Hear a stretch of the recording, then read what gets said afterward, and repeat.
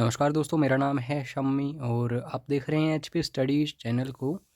दोस्तों, इस वीडियो में हम HP junior office assistant model question paper discuss करने वाले हैं।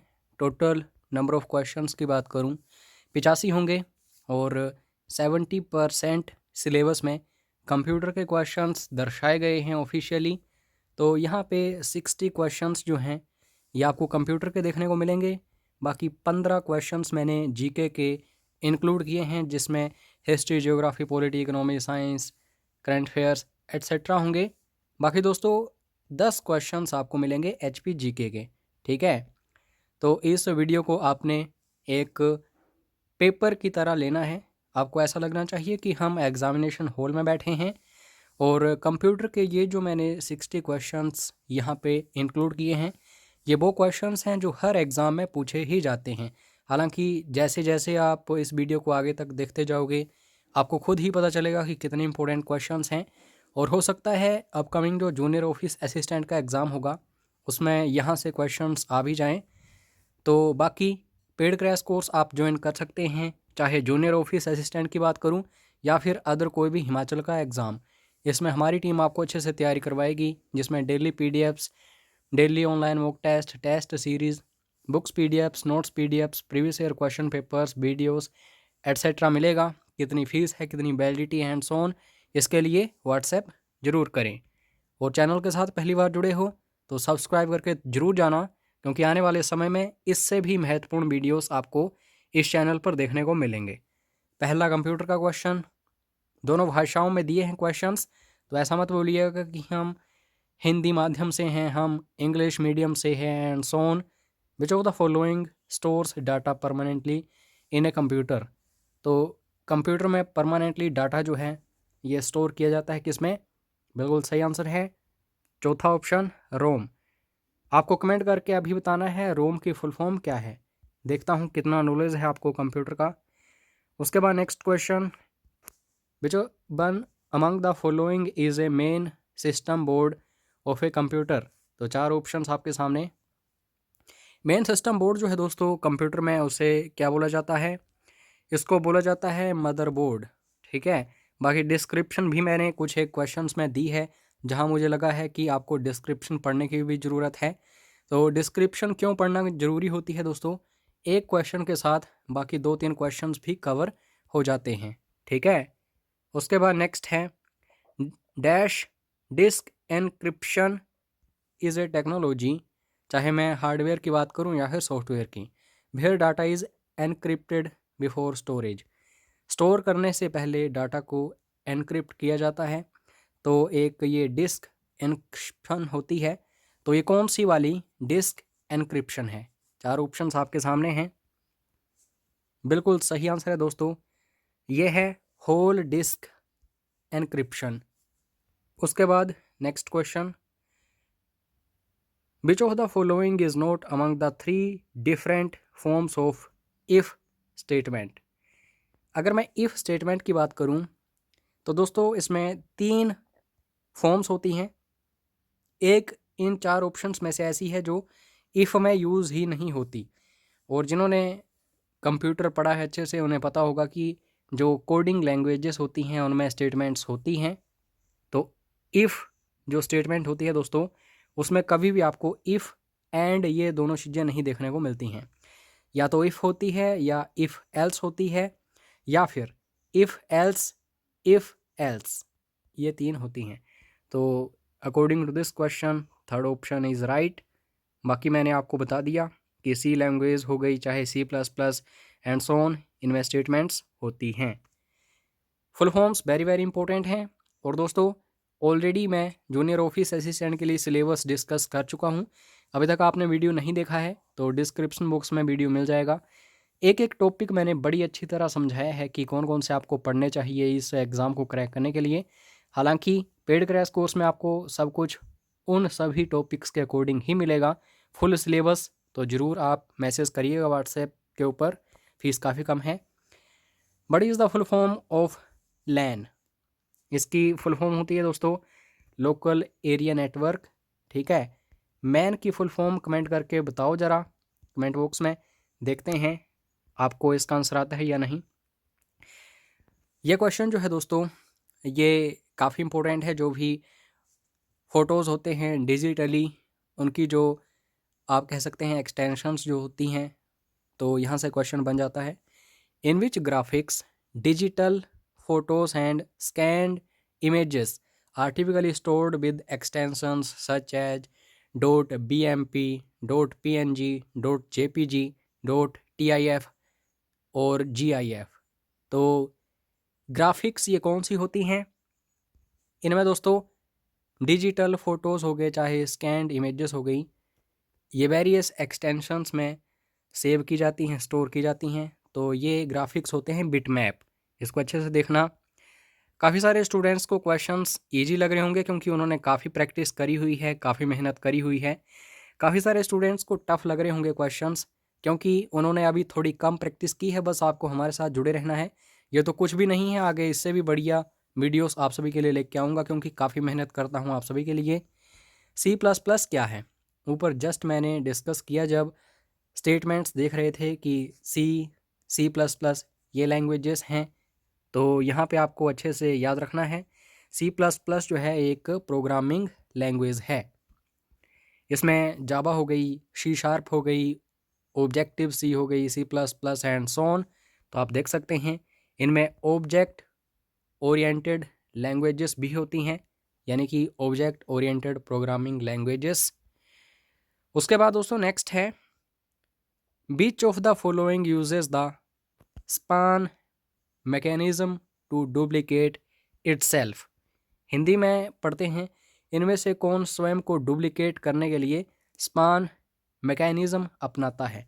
तो 4 ऑप्शंस हैं और देखने से ही पता चल रहा है आपको ये वायरस की बात कर रहा हूँ।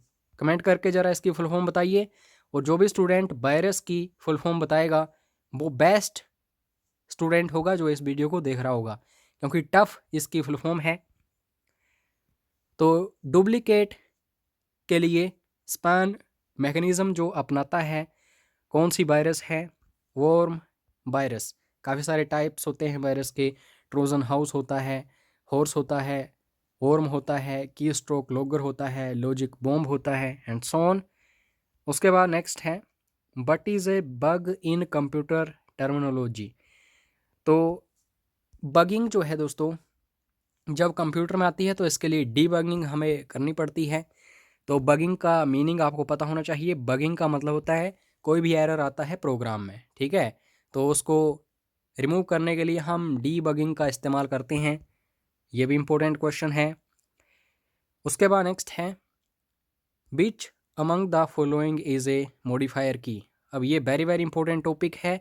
कीज़ को अच्छे से पढ़ के जाना, मॉडिफायर कीज़ क्या होती हैं और अदर जो भी कीज़ होती हैं आपको अच्छे से देखनी है। फंक्शन कीज़ पूछी जाती हैं, शॉर्टकट्स पूछे जाते हैं, ठीक है। तो मॉडिफायर कीज़ वो होती हैं जिनको जब आप प्रेस करते हैं किसी कॉम्बिनेशन के साथ तो कुछ ना कुछ चेंजेस होते हैं। जैसे मैं कंट्रोल की बात करूं या शिफ्ट की बात करूं या ऑल्ट की बात करूं, तो आपको ये अच्छे से देखना है। उसके बाद नेक्स्ट है, related to computers what is betaware. Very very important. Software सुना होगा, हार्डवेयर सुना होगा आपने, मालवेयर सुना होगा, बेटवेयर ये आप पहली बार सुन रहे होंगे लेकिन इम्पोर्टेंट है। तो बेटवेयर क्या होता है दोस्तों? बेटवेयर का मतलब होता है ह्यूमन ब्रेन, यानी कि मानव मस्तिष्क। उसके बाद नेक्स्ट है, which algorithm is used to decide the path to transfer the packets from source to destination. ये ए है, ये है बी, या फिर ये मैं हूँ यानी कि शम्मी, और ये आप जो वीडियो देख रहे हैं। तो यहाँ से अगर कोई चीज़ ट्रांसफ़र हो रही है, कोई पैकेट ट्रांसफ़र हो रहा है मुझसे आपकी तरफ, तो एल्गोरिथम एक यूज़ किया जाता है इस सब को डिसाइड करने के लिए। उस एल्गोरिथम को क्या बोला जाता है? राउटिंग, ठीक है। तो ये भी इम्पोर्टेंट है दोस्तों। वीडियो थोड़ा सा स्लो लगेगा आपको, तो आप ऐसा करना, सेटिंग्स में जाना, जो 3 डॉट्स होते हैं तो उनमें आप फास्ट कर सकते हैं वीडियो को। उसमें 1.25 इंटू भी होता है, इंटू 1.50 भी होता है। तो उस तरीके से देख लेना जितना फास्ट आपको चाहिए हो वीडियो। उसके बाद नेक्स्ट है which mechanism is used by the computer virus born to duplicate itself. अब देख लो दोस्तों, ऊपर मैंने देखा, डिस्कस किया कि डुप्लीकेट बनाने के लिए एक स्पान मैकेनिज्म जो है यूज़ करता है एक वायरस, तो वह कौन सा है? तो ऊपर हमने वॉर्म देखा था। अब उस मैकेनिज्म का नाम पूछ लिया गया है कि वॉर्म कौन सा मैकेनिज्म इस्तेमाल करता है। तो इसका बिल्कुल सही आंसर है स्पान। ठीक है, तो क्वेश्चंस किसी भी तरीके से पूछे जा सकते हैं और आगे हम जीके के क्वेश्चंस भी डिस्कस करेंगे। ठीक है, तो ज़रा भी आपको बोर नहीं होना है इस वीडियो को देखते हुए, क्योंकि जो भी स्टूडेंट इस वीडियो को लास्ट तक देखेगा वो वाकई सीरियस होगा अपनी स्टडी को लेकर के। Which among the following is not a basic logical operator in Boolean algebra laws. निम्नलिखित में से कौन एक बुलियन बीज गणित नियम का मूलभूत तर्क संगत संकारक नहीं है? जब नहीं आ गया तो उल्टा हो जाता है सब कुछ। तो बिल्कुल सही आंसर है दोस्तों, नैंड जो है एक बेसिक लॉजिकल ऑपरेटर जो है बुलियन एल्जेब्रा का नहीं है। बाकी ये एंड हो गया, और हो गया, नोट हो गया, ये तीनों क्या हैं? बेसिक। उसके बाद next, in computer processing dash selects processes from the pool and loads them into memory for execution. अब दोस्तों प्रोसेसिंग जब भी होती है तो एक शेड्यूलर होता है, वो क्या करता है, प्रोसेसेस जो भी करनी होती हैं उनको पूल से निकालता है और मेमोरी में एग्जीक्यूशन के लिए लगा देता है। और एग्जीक्यूशन मुख्य रूप से रैम जो है वही करती है। तो ये कौन सा शेड्यूलर होता है, ऐसा कौन सा करता है? इसे बोला जाता है जॉब शेड्यूलर। काफ़ी प्रकार के होते हैं, first come, first serve and so on. तो ये सब कुछ हम पढ़ेंगे आगे जाके, आपको बस हमारे साथ जुड़े रहना है। विच among the following is a light sensitive device. ये बड़ा इंपॉर्टेंट क्वेश्चन है दोस्तों, क्योंकि ये जो input devices and output devices होती हैं 4 से 5 क्वेश्चंस आते हैं। सेंसिटिव यानी कि लाइट सेंसिटिव डिवाइस जो है, जो कि इमेजेस को कन्वर्ट करती है डिजिटल फॉर्म में। तो ये क्या चीज़ है? तो आपने देखा होगा जब भी आप किसी कम्पिटिटिव एग्ज़ाम के लिए अप्लाई करते हैं तो स्कैन करते हैं अपने डॉक्यूमेंट्स।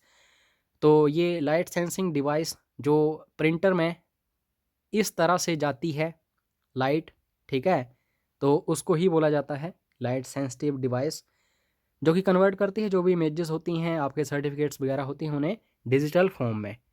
उसके बाद नेक्स्ट है, कंप्यूटर का आविष्कार किसने किया था? ये तो बच्चों वाला क्वेश्चन है दोस्तों, लेकिन बार बार पूछा जाता है, ये एग्ज़ाम में।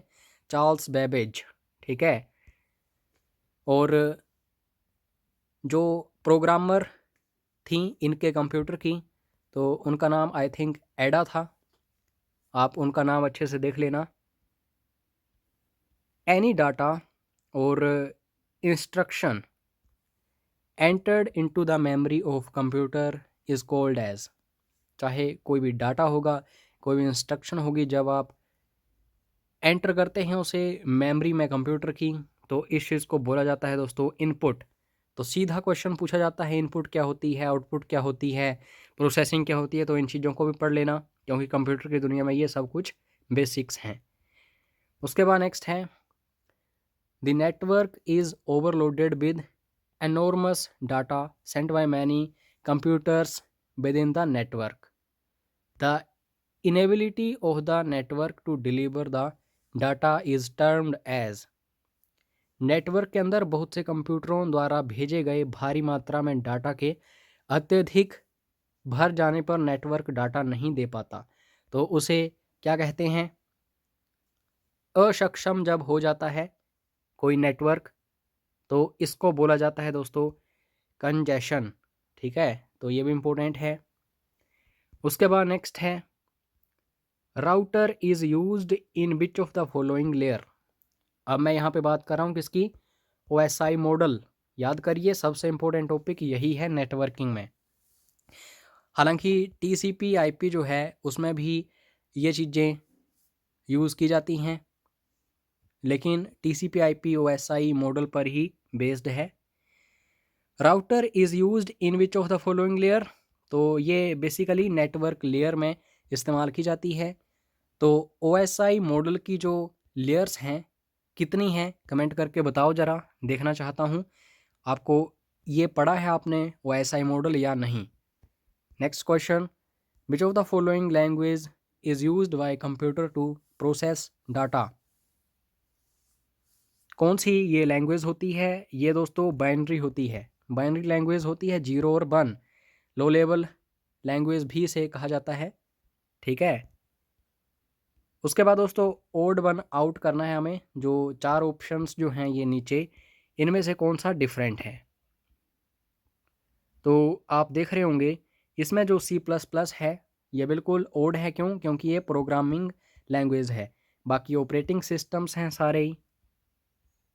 उसके बाद नेक्स्ट है दोस्तों IBM 701, IBM 702, IBM 650, ये एग्जाम्पल किसके हैं, कौन सी जनरेशन है इन कंप्यूटर्स की, और आपको ये भी बताना है कमेंट करके कि IBM की फुल फॉर्म क्या है। जिन भी स्टूडेंट्स को पता नहीं है, जो भी मैं क्वेश्चंस पूछ रहा हूँ, कमेंट बॉक्स चेक करना, काफ़ी अच्छे अच्छे स्टूडेंट्स वीडियोस देख रहे हैं और उन्होंने अच्छे से कमेंट्स आंसर्स किए होंगे। तो दोस्तों 701, 702, 650 ये फर्स्ट जनरेशन कंप्यूटर्स हैं सभी के सभी, ठीक है। इनमें वैक्यूम ट्यूब्स वगैरह इस्तेमाल होती थी। उसके बाद नेक्स्ट है protocol used for sending an email is, suppose करिए आप ईमेल किसी को सेंड कर रहे हो, चाहे आप मुझे कर रहे हो या फिर किसी को भी, तो प्रोटोकॉल कौन सी उसमें यूज़ होती है ईमेल को सेंड करते time? SMTP, simple mail transfer protocol. Full form अच्छे से देख लेना, कंप्यूटर की दुनिया में full forms very very important होती हैं एग्जाम के ज़रिए से। One of the common forms of representing remote sensing data as information is in the form of, तो ये किसकी फॉर्म में होती है दोस्तों, किस मैप्स में होती है ये? तो बिल्कुल सही आंसर है इसका, ये होती है थेमेटिक मैप्स या फिर विषयक मानचित्र। उसके बाद next question, dash involves traversing the entire file system making everything that can be accessed. आप दोस्तों जो भी इंग्लिश में टफ लगे कोई क्वेश्चन, तुरंत वीडियो को पॉज करके हिंदी में पढ़ लिया करो, इसीलिए मैंने हिंदी भी ऐड कर दी है। निम्नलिखित में से किस में जो भी फाइल फोल्डर एक्सेस किया जा सकता है उसे मार्क करते हुए पूरे फाइल सिस्टम से गुजरना पड़ता है? तो इसको बोला जाता है दोस्तों गार्बेज कलेक्शन, ये भी टर्म इम्पोर्टेंट है। और जो पेड क्रैश कोर्स होगा उसमें दोस्तों कम से कम आपको 5000 प्लस कंप्यूटर क्वेश्चंस मिलेंगे, जो कि 60 क्वेश्चंस जो आएंगे कंप्यूटर के उनको क्रैक करने में बहुत ही ज़्यादा हेल्पफुल होगा। और बाकी डिस्क्रिप्टिव टॉपिक्स भी मिलेंगे। In networks a small message used to pass between one station to another is known as, तो इस मैसेज को क्या बोला जाता है? इस मैसेज को बोला जाता है टोकन, ठीक है। एक स्थान से दूसरे स्थान में ये पास होता है। उसके बाद नेक्स्ट है UDP, वेरी वेरी इंपॉर्टेंट दोस्तों। UDP का इस्तेमाल कब होता है आपको मैं समझाना चाहता हूँ। इसमें कोई भी एक्नॉलेजमेंट नहीं मिलती है, मीन्स जो वीडियो कॉलिंग आप करते हैं आजकल व्हाट्सएप पर, तो उसमें कई बार आवाज़ कट भी जाती है, कई बार वीडियोस कट जाते हैं, तो ये सब कुछ यूज़र डाटाग्राम प्रोटोकॉल के अकॉर्डिंग होता है। तो इसको बोलते हैं कनेक्शन लेस प्रोटोकॉल, इसमें कनेक्शन की ज़रूरत नहीं होती है, जैसे मर्जी आप भेज सकते हैं डाटा वगैरह। उसके बाद नेक्स्ट है इन the following list of devices which device is used in network layer. अब ऊपर हमने लेयर्स के बारे में देखा था, जैसे ट्रांसपोर्ट लेयर के बारे में देखा था, अब हम यहाँ पे नेटवर्क लेयर के बारे में देख रहे हैं। डिवाइस कौन सी है ये? तो ये डिवाइस जो है दोस्तों इसको राउटर बोला जाता है, जो कि नेटवर्क लेयर में इस्तेमाल होता है। अच्छे से देखना, ये भी इम्पोर्टेंट है। Sending a frame to a group of stations is known as, यानी कि स्टेशनों के ग्रुप को फ्रेम भेजने को क्या कहते हैं? तो इसको बोला जाता है दोस्तों मल्टीकास्टिंग। ठीक है। अब ये कैशे मेमोरी जो है इससे रिलेटेड भी क्वेश्चंस आते हैं। तो ये किस प्रिंसिपल के ऊपर काम करती है? यानी कि cache memory works on the principle of, तो ये काम करता है दोस्तों लोकेलिटी ऑफ रेफरेंस, यानी कि स्पीड को इंक्रीज करने के लिए सीपीयू की इसको इस्तेमाल किया जाता है। Data in database at a particular point of time is called as, किसी विशेष समय में डाटाबेस में डाटा को क्या कहते हैं? तो इसको बोला जाता है दोस्तों एक्सटेंशन। उसके बाद नेक्स्ट है for which one of the following diodes are generally used for. Diodes जो हैं दोस्तों उनका काम इलेक्ट्रॉनिक्स की दुनिया में क्या है? इसका काम होता है रेक्टिफिकेशन। ठीक है, परिशोधन। उसके बाद नेक्स्ट है which of the following is the operations executed on data stored in registers. Registers जो होते हैं दोस्तों ये सबसे महंगा और सबसे फास्ट वे होता है स्टोर करने का डाटा को, और इसमें ज़्यादा स्टोरेज आप नहीं कर सकते क्योंकि ये काफ़ी फास्ट होती है और महंगी होती है। इसमें मेमोरी काफ़ी स्टोरेज कम होती हैं। तो ये जो रजिस्टर्स होते हैं दोस्तों, तो इसमें संचित डाटा जो है इस पर निष्पादित ऑपरेशन को क्या कहते हैं? This operation is called micro operation. ठीक है। नेक्स्ट है विच one of the following components can not be developed with in an integrated circuits. अब ये इंटीग्रेटेड सर्किट्स जो हैं दोस्तों ये तीसरी चौथी जनरेशन में देखने को मिल चुके थे। तो एक ही रजिस्टर में काफ़ी सारे सर्किट्स बन जाते हैं, चिप्स वगैरह इस्तेमाल होती हैं। तो यहाँ पे कौन सा कंपोनेंट जो है वो इसके ऊपर नहीं डेवलप किया जा सकता?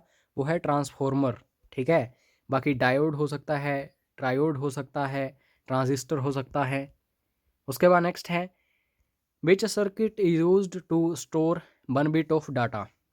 अब दोस्तों मैंने ऊपर जस्ट अभी बताया आपको, अगर आपने ध्यान से देखा हो तो बिल्कुल सही आंसर है दोस्तों। इसमें जो फ्लिप फ्लॉप होता है उसमें 1 बिट जो है डाटा स्टोर किया जाता है। उसके बाद नेक्स्ट है where is a transistor most likely to be found. Transistor जो हैं ये सबसे ज़्यादा हमें कहाँ पे देखने को मिलते हैं, किस चीज़ में? तो ये दोस्तों ईयरिंग एड में, यानी कि श्रव्य उपकरण जो होते हैं तो उनमें हमें काफ़ी सारे ट्रांजिस्टर्स देखने को मिलते हैं। उसके बाद नेक्स्ट है dash is a type of computing that performs computation storage and even applications as a service across a network. Computing का कौन सा प्रकार कंप्यूटेशन, स्टोरेज और यहाँ तक कि एप्लीकेशन को भी पूरे नेटवर्क में सर्विस के रूप में करता है? तो इस चीज़ को हम क्या बोलते हैं? कौन सी कंप्यूटिंग होती है ये? इस कंप्यूटिंग को हम बोलते हैं दोस्तों क्लाउड कंप्यूटिंग। गूगल ड्राइव में आप कोई डाटा रखते हो तो वो भी एक क्लाउड कंप्यूटिंग है। उसके बाद नेक्स्ट है, और ये दोस्तों एसएससी के एग्ज़ाम में भी क्वेश्चन काफ़ी बार पूछा गया है, CPU scheduler is also known as CPU central processing unit. तो इसका शेड्यूलर ऊपर हमने देखा था प्रोसेसेस के लिए, तो इसको अदर किस नेम से जाना जाता है? इसे बोला जाता है दोस्तों शॉर्ट टर्म शेड्यूलर। ठीक है, तो इसको अच्छे से देखना। 40 क्वेश्चंस हमने लगभग कंप्लीट कर ही लिए हैं, बाकी 20 क्वेश्चंस कंप्यूटर के हैं। तो आशा करता हूँ आप सब्र से ध्यान से पढ़ रहे होंगे इन सभी क्वेश्चंस को, क्योंकि काफ़ी इंपॉर्टेंट क्वेश्चंस हैं ये। CPU consist of. अब दोस्तों CPU हम इसको दिमाग क्यों बोलते हैं कंप्यूटर का, इसे हार्ट क्यों बोलते हैं? इसमें 2-3 चीज़ें होती हैं जो काफ़ी इंपॉर्टेंट होती हैं। तो CPU में कौन कौन सी चीज़ें होती हैं, आइए देखते हैं इसका आंसर। तो दोस्तों सबसे पहली बात अरिथमेटिक, जो भी आप गुणा करते हैं, जमा करते हैं, माइनस करते हैं, कुछ भी। लॉजिकल यूनिट में क्या आता है? जो भी आप डिसीजंस वगैरह लेते हैं ये सब कुछ इसमें आता है। रजिस्टर एंड कंट्रोल यूनिट, जो दोस्तों रजिस्टर्स हैं ऊपर हमने देखा था कि काफ़ी फास्ट होते हैं ये मेमोरी के मामले में, और जितना भी सिस्टम कंट्रोल होता है ये सब कुछ CPU में ही होता है। That's why this is called heart and brain of computer system. उसके बाद नेक्स्ट है which of the following is not an operating system. Operating system होता क्या है दोस्तों? यह है कंप्यूटर, ये हैं आप। तो इसके बीच में एक कम्युनिकेशन के लिए इस्तेमाल की जाने वाली चीज़ जो है इसको ऑपरेटिंग सिस्टम ही बोलते हैं। जैसे आज के समय में एंड्रॉयड काफ़ी इस्तेमाल होता है, एक समय था तो विंडोज़ काफ़ी इस्तेमाल होता था। तो ये सभी क्या हैं? ये सभी हैं दोस्तों ऑपरेटिंग सिस्टम्स। तो ओपेरा जो है ये दोस्तों एक आप कह सकते हैं ब्राउज़र है। बाकी एंड्रॉयड हो गया, विस्टा हो गया, iOS, ये क्या हैं? Operating systems. नेक्स्ट है दोस्तों ये जो कीज़ होती हैं, मैं DBMS की बात कर रहा हूँ, तो बहुत इंपॉर्टेंट टॉपिक है ये। विच of the following statement is true. बाकी 3 जो हैं गलत हैं, एक जो है सही है। तो यहाँ पे कोई मतलब ही नहीं बनता कि हम गलत स्टेटमेंट्स को पढ़ें, सीधा जो सही है उसे पढ़ने की कोशिश करते हैं। प्राइमरी की जो है दोस्तों एक कैंडिडेट की होती है, और प्राइमरी की जो है एक ऐसी की होती है जो बाकियों से डिफरेंट होती है। इसमें डुप्लीकेट सी नहीं होती है। जैसे रोल नंबर्स होते हैं स्टूडेंट्स के 1 2 3, तो आपस में वो मैच नहीं होते, तो this is called primary key. Next है constantly running system program processes are known as. निरंतर सक्रिय सिस्टम प्रोग्राम प्रोसेस को क्या कहते हैं? Constantly running system program processes को हम बोलते हैं डीमंस। ठीक है, तो टर्म आती है डीमंस क्या होते हैं, तो ऊपर हमने देख लिया कॉन्स्टेंटली जो प्रोसेसेस होती हैं। उसके बाद नेक्स्ट है which of the following is used to protect objects in computer system in the absence of more complete protection schemes. Computer system में अधिक पूर्ण स्कीमों के अभाव में मंदों को संरक्षित करने के लिए निम्नलिखित में से किसका प्रयोग किया जाता है? तो ये जो कंप्यूटर सिस्टम है इसमें हम देखते हैं जो पासवर्ड्स होते हैं ये रोकने के लिए होते हैं, ताकि कोई आपका डाटा जो है उसमें अपना अधिकार ना कर ले एंड सो ऑन। तो पासवर्ड्स इसका बिल्कुल सही आंसर है। इन IT यानी कि ये जो IT है इसमें the unique that is use to increase the bandwidth is. तो इंफॉर्मेशन टेक्नोलॉजी में कौन सी ऐसी टेक्निक है जो बैंडविड्थ को इंक्रीज़ करती है? तो इसको बोला जाता है मेमोरी इंटरलीविंग। तो ये इसका बिल्कुल सही आंसर है।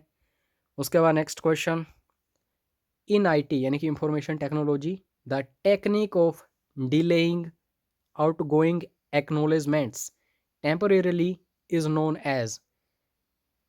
तो ये जो टेक्निक होती है जो कि आउटगोइंग एक्नॉलेजमेंट्स को डिले करती है टेम्परेरीली, तो इसको बोला जाता है दोस्तों पिगी बैंकिंग। ठीक है, उसके बाद नेक्स्ट है इन IT means that data available in the database is both accurate and consistent. Accurate का मतलब होता है इसमें कोई भी एरर या कोई भी गलती की गुंजाइश ना हो। कंसिस्टेंट मतलब जो मतलब उसमें कहीं भी डुप्लीकेसी ना हो। तो इसमें हम किस चीज़ को देखते हैं? तो यह है डाटा इंटीग्रिटी। ठीक है, डाटा की यूनिटी भी हो, आपस में जुड़ा भी हो, लेकिन उसमें कोई गलती ना हो, कोई मिस्टेक ना हो और कोई डुप्लीकेसी ना हो। विच of the following is an application protocol. तो ये तो काफ़ी सिंपल है, बच्चों वाला क्वेश्चन है। Hypertext transfer protocol. ठीक है, फुल फॉर्म्स जो भी बता रहा हूँ अच्छे से देखिएगा, बार बार पूछी जाती हैं एग्जाम्स में। Systems running more than one process concurrently. Simultaneously भी आप कह सकते हैं। कोई सिस्टम है उसमें प्रोसेस जो है एट ए टाइम एक या दो या फिर इससे भी ज़्यादा चल रही हों, तो इसको मल्टी प्रोग्रामिंग कहते हैं। ठीक है, जैसे सबसे बड़ा एग्जांपल मैं आपको देना चाहता हूँ, मैं बात करूँगा अमेज़ोन की। ठीक है, या फिर फ्लिपकार्ट वगैरह आप देख लेना। तो इसमें जो भी आप ऑर्डर करते हैं काफ़ी सारी प्रोसेसेस होती हैं, बीच में काफ़ी सारे यूज़र्स जिन्होंने लॉगिन किया होता है, लेकिन प्रोग्राम होता है एक ही। अमेज़ोन का प्रोग्राम। तो इसमें मल्टी प्रोग्रामिंग होती है, काफ़ी सारे यूज़र्स होते हैं, तो इस चीज़ को देख लेना। एटीएम, ये तो बच्चों वाला क्वेश्चन है, बचपन से पढ़ते आ रहे हैं। ऑटोमेटेड टेलर मशीन, लेकिन दोस्तों इंपॉर्टेंट काफ़ी है क्वेश्चन, अच्छे से देखना। उसके बाद next question, what is the name of a memory buffer used to accommodate a speed differential. तो ऊपर मैंने आपको बताया भी था इसके बारे में। कैशे मेमोरी जो है स्पीड को इंक्रीज करती है सीपीयू की, इसलिए इसे यूज़ किया जाता है। उसके बाद नेक्स्ट है, dash changes each time it is installed to avoid detection by antivirus software. तो ये भी एक वायरस का टाइप आप इसे कह सकते हैं। इसको बोला जाता है पॉलीमॉर्फिक वायरस। ठीक है। बाकी दोस्तों कौन कौन से टॉपिक्स के ऊपर आपको वीडियो चाहिए हो कमेंट करके ज़रूर बताइएगा, ताकि नेक्स्ट टाइम मैं अपलोड करूं उन्हीं टॉपिक्स से रिलेटेड वीडियोस इस चैनल पर। Which is not an external storage device. बाकी क्या होंगी इंटरनल, और आपको ये देखना है कौन सी इसमें एक्सटर्नल डिवाइस नहीं है। तो यहाँ पे बिल्कुल सही आंसर जो है रैम, क्योंकि रैम एक इंटरनल है, बाकी एक्सटर्नल हैं सभी। रैंडम एक्सेस मेमोरी जो है ये इंटरनल है, प्राइमरी मेमोरी। ठीक है। In networks WEP stands for, full form, very very important. तो WEP की फुल फॉर्म होती है वाइड एक्विवेलेंट प्राइवेसी। उसके बाद next question, in the following list of devices which device is used in data link layer. तो layer की बात आ गई फिर से, डाटा लिंक लेयर में कौन सी डिवाइस होती है, तो ये होती है ब्रिज। ब्रिज सिस्टम जो है ये कनेक्शंस में आपस में जो कनेक्शन बनाता है। ठीक है। तो डाटा लिंक लेयर में इसको इस्तेमाल किया जाता है। उसके बाद दोस्तों, in IT terminology failure in the kernel is known as. तो कर्नल जो है ये IT टर्मिनोलॉजी में इस्तेमाल किया जाता है, और इसमें जब फेलर आता है कोई भी तो इसे हम क्रैश बोलते हैं। सपोज़ करिए आप हमीरपुर बोर्ड में कोई फॉर्म वगैरह भर रहे हैं और वेबसाइट नहीं चल रही है, तो अगर कर्नल फेलर हो जाता है तो क्रैश हम बोलते हैं कि वेबसाइट क्रैश हो गई है। तो इसको अच्छे से देखना। उसके बाद नेक्स्ट है, bar is located at top of word pad note pad. तो इस तरीके से सबसे पहले एक बार होती है, उसमें आपको बटन्स भी मिलते हैं मिनिमाइज़ करने के, मैक्सिमाइज़ करने के, क्लोज़ करने के। तो इसको बोला जाता है टाइटल। ठीक है। वर्ड पैड की बात कर रहा हूँ, इसमें टाइटल वगैरह होता है सब कुछ। उसके बाद नेक्स्ट है, A dash is an agreement between the communicating parties on how communication is to process या फिर प्रोसीड। तो इसमें हम क्या देखते हैं, प्रोटोकॉल। अब ये प्रोटोकॉल क्या होती है दोस्तों, सेट ऑफ रूल्स। ठीक है, कि कैसे ट्रांसफ़र होगा, जो भी कम्युनिकेशंस हैं कैसे कैसे होंगे। उसके बाद नेक्स्ट है, the complete form of IC in electronics is. तो IC की फुल फॉर्म आपको पता होनी चाहिए, इंटीग्रेटेड सर्किट्स। मैं आपको पहले भी काफ़ी बार इसके बारे में बता चुका हूँ, इंटीग्रेटेड सर्किट्स क्या होते हैं। In IT the method for updating the main memory as soon as a word is removed from the cache is called। तो ये मेथड जो है दोस्तों इसे बोला जाता है राइट बैक। तो इसमें कैशे जो है कैश मेमोरी वो रिमूव हो जाती है। अब हिमाचल सामान्य ज्ञान के हम 10 क्वेश्चंस देखने जा रहे हैं। इस तरीके के क्वेश्चंस होंगे जैसे, हिमाचल प्रदेश के पुराने सचिवालय भवन का नाम है, तो एलर्सली, और इस समय कहाँ पे है ये, तो आर्म्स डेल आपको पता ही होगा, इसको अच्छे से देखना। अभी दोस्तों हिमाचल प्रदेश केंद्र शासित प्रदेश बना था 1956 में, लेकिन इससे पहले ये पार्ट C स्टेट था। तो कब बना था हिमाचल प्रदेश भाग ग राज्य, तो जब संविधान लागू हुआ था 26 जनवरी 1950 को जब संविधान लागू हुआ तो हिमाचल प्रदेश एक बना था भाग ग राज्य। तो इसको अच्छे से देखना। हिमाचल प्रदेश में पहला पंचायती राज अधिनियम कब पारित किया गया था? तो आई थिंक 1959 में पंचायती राज जो है ये फर्स्ट टाइम राजस्थान में पास हुआ था। तो 1968 में हिमाचल प्रदेश में ये अधिनियम पहला पारित हुआ था। 1952 में हिमाचल प्रदेश विधानसभा के प्रथम सचिव कौन थे? हिमाचल प्रदेश लेजिस्लेटिव असेंबली के फर्स्ट सेक्रेटरी तो ये थे दोस्तों NC नंदी। इनका नाम अच्छे से देखना। फर्स्ट इन हिमाचल हमेशा एग्जाम में बार बार पूछा जाता है। शिमला नगर निगम की स्थापना किस वर्ष हुई? शिमला म्यूनिसिपल कॉरपोरेशन तो बिल्कुल सही आंसर है दोस्तों 1852 में, और 1978 में इसे एबोलिश किया गया था। उसके बाद नेक्स्ट क्वेश्चन, पुनर्गठन से पूर्व पंजाब का उच्च न्यायालय किस भवन में रहा? तो पुनर्गठन मतलब जो अली फाजिल जिसमें चेयरमैन थे और उन्होंने हिमाचल प्रदेश को अलग रखने की बात कही थी पंजाब से, तो वहाँ तक पंजाब का जो उच्च न्यायालय है ये पीटर होफ बिल्डिंग जो है शिमला में वहीं था। बाद में ये चेंज हो गया था फिर पंजाब में चंडीगढ़ में एंड सो ऑन। 1967 से लेकर के 1971 के बीच हिमाचल प्रदेश किस राज्य के उच्च न्यायालय के अधीनस्थ था? क्योंकि 1966 में शिमला जो है ये किस में था? पंजाब में। तो जैसे ही अलग हुए थे 1 नवंबर 1966 को, तो 1967 से लेकर के 1971 तक हिमाचल का जो उच्च न्यायालय है ये रहा था दिल्ली में। फिर 25 जनवरी 1971 को हिमाचल प्रदेश एक राज्य बना, 18वां राज्य बना इंडिया का। तो हाई कोर्ट जो है फिर शिमला में एस्टेब्लिश हो गया हिमाचल का। प्रदेश में जमींदारी प्रथा का अंत कब हुआ था? हिमाचल प्रदेश में जमींदारी का अंत हुआ था, कानून आया था 1954-55 में। तो इसको अच्छे से देख लो। और क्योंकि पहला संविधान संशोधन जब हुआ था तो उसमें ज़मीन जायदाद को लेकर ही संशोधन हुआ था। भारत में स्वतंत्र होने तक संपूर्ण हिमाचल प्रदेश कितनी छोटी छोटी रियासतों व राजकीय क्षेत्रों में विभक्त था? अब इसको बड़े ध्यान से देखना। काफ़ी सारे स्टूडेंट्स इसका आंसर 30 बोल देते हैं। 30 नहीं होगा। क्यों नहीं होगा?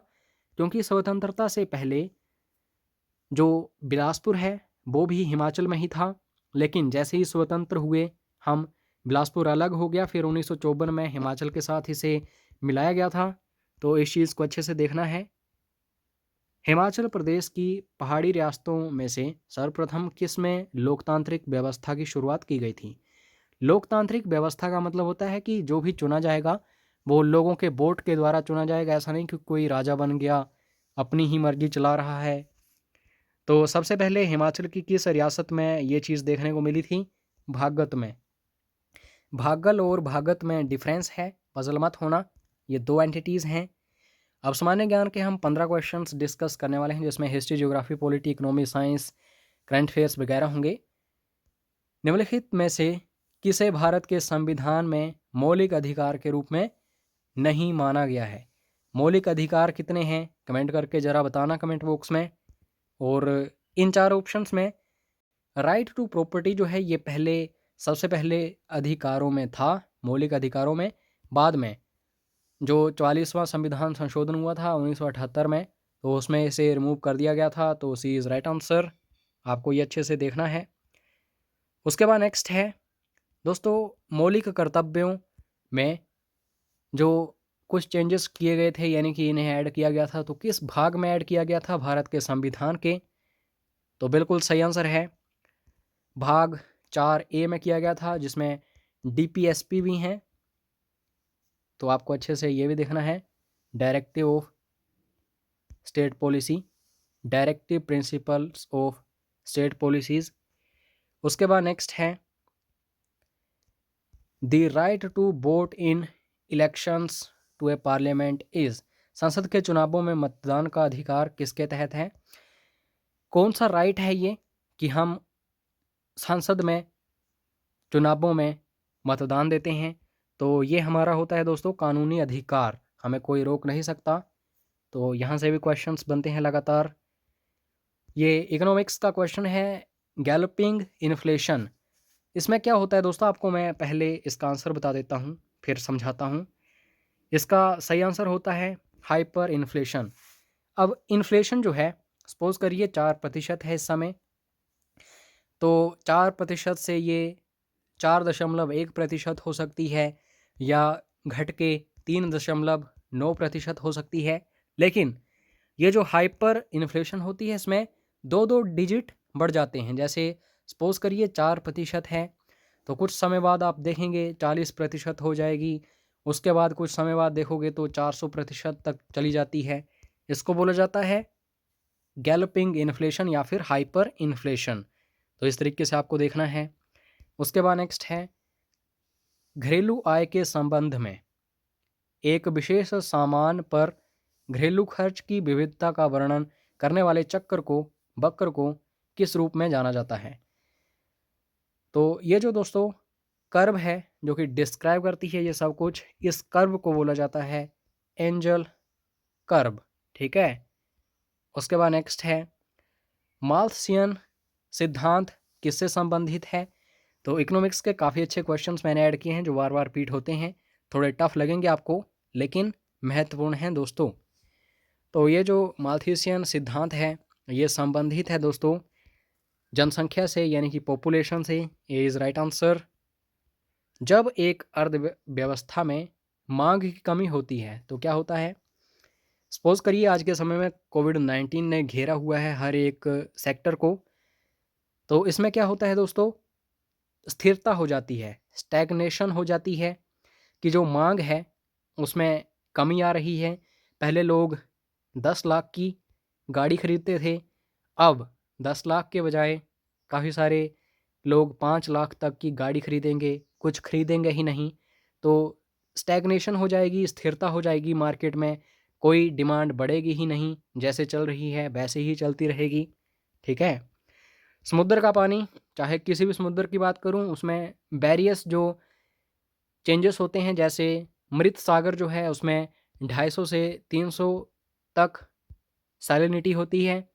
लेकिन दोस्तों आमतौर पे समुद्र के पानी की औसत औसत मतलब एवरेज जो लवणता है, सैलिनिटी है, वो कितनी है, तो वो होती है दोस्तों 3.5%। समुद्र का पानी हम पी नहीं सकते क्योंकि काफ़ी लवणता इसमें होती है। उसके बाद पानी की सबसे शुद्ध फॉर्म कौन सी है, सबसे शुद्ध रूप कौन सा है। क्या नल का पानी शुद्ध है, क्या सागर का पानी शुद्ध है, क्या वर्षा का पानी शुद्ध है, क्या आसूत पानी शुद्ध है। तो दोस्तों इसका सही आंसर होगा वर्षा का पानी, क्योंकि वेपोराइजेशन इसकी होती है, बाष्पीकरण इस पानी का हुआ होता है, तो ये सबसे शुद्ध माना जाता है। उसके बाद इसका पीएच वैल्यू जो है 7 होती है, ये भी याद रखना। ना तो ये एसिड होता है ना बेस होता है। काली मिट्टी को डैश भी कहा जाता है, तो काली मिट्टी का दूसरा नाम जो है रेगूर मिट्टी है। तो यहाँ पे सी इज़ राइट आंसर। उसके बाद नेक्स्ट है, निम्नलिखित में से क्या ला नीना, दोस्तों ला नीना और एल नीनो, इन दोनों चीज़ों को बड़े ध्यान से देखना इंपॉर्टेंट है। तो ला नीना का मतलब जो है समझाता हूँ आपको। इसे गर्ल्ड चाइल्ड कहा जाता है। ये होती है ठंडी गर्म धारा। गर्म जल धारा और ठंडी जल धारा में डिफरेंस क्या होता है, अगर ठंडी जल धारा होगी तो भारत में मानसून जो है वो जल्दी आएगा। अगर गर्म जल धारा है जिसे एल नीनो बोला जाता है, तो क्या होगा, इंडिया में मानसून लेट आएगा। और पेरू यानी कि जो साउथ अमेरिका है वहाँ से होकर के ये जल धाराएँ आती हैं, तो इनको अच्छे से देखना। ITC जेट, इसका आपको फुल फॉर्म पता होनी चाहिए ITC जेट की। तो बिल्कुल सही आंसर है दोस्तों इसका इंटर ट्रॉपिकल कन्वर्जेंस जोन, यानी कि जो भूमध्य रेखा होती है उसके आसपास वाला रीजन। नेक्स्ट क्वेश्चन, निम्नलिखित में से क्या एक तृतीयक गतिविधि है। प्राइमरी सेक्टर में एग्रीकल्चर आता है, ठीक है, और द्वितीयक जो क्षेत्र है उसमें आएगा मैन्युफैक्चरिंग या फिर विनिर्माण, और तृतीयक क्षेत्र जो है उसमें सेवा आती है। तो आपको अब पता चल गया होगा मैं तृतीयक यानी कि टर्शरी एक्टिविटी की बात कर रहा हूँ। तो इसमें जो ट्रेडिंग है, व्यापार, सामान बिल्कुल तैयार है, बस उसे आगे बेचना है, तो ये तृतीयक गतिविधि है। मौलिक अधिकारों के प्रवर्तन के लिए एक अदालत क्या जारी कर सकती है? री या फिर एनफोर्समेंट ऑफ फंडामेंटल राइट्स।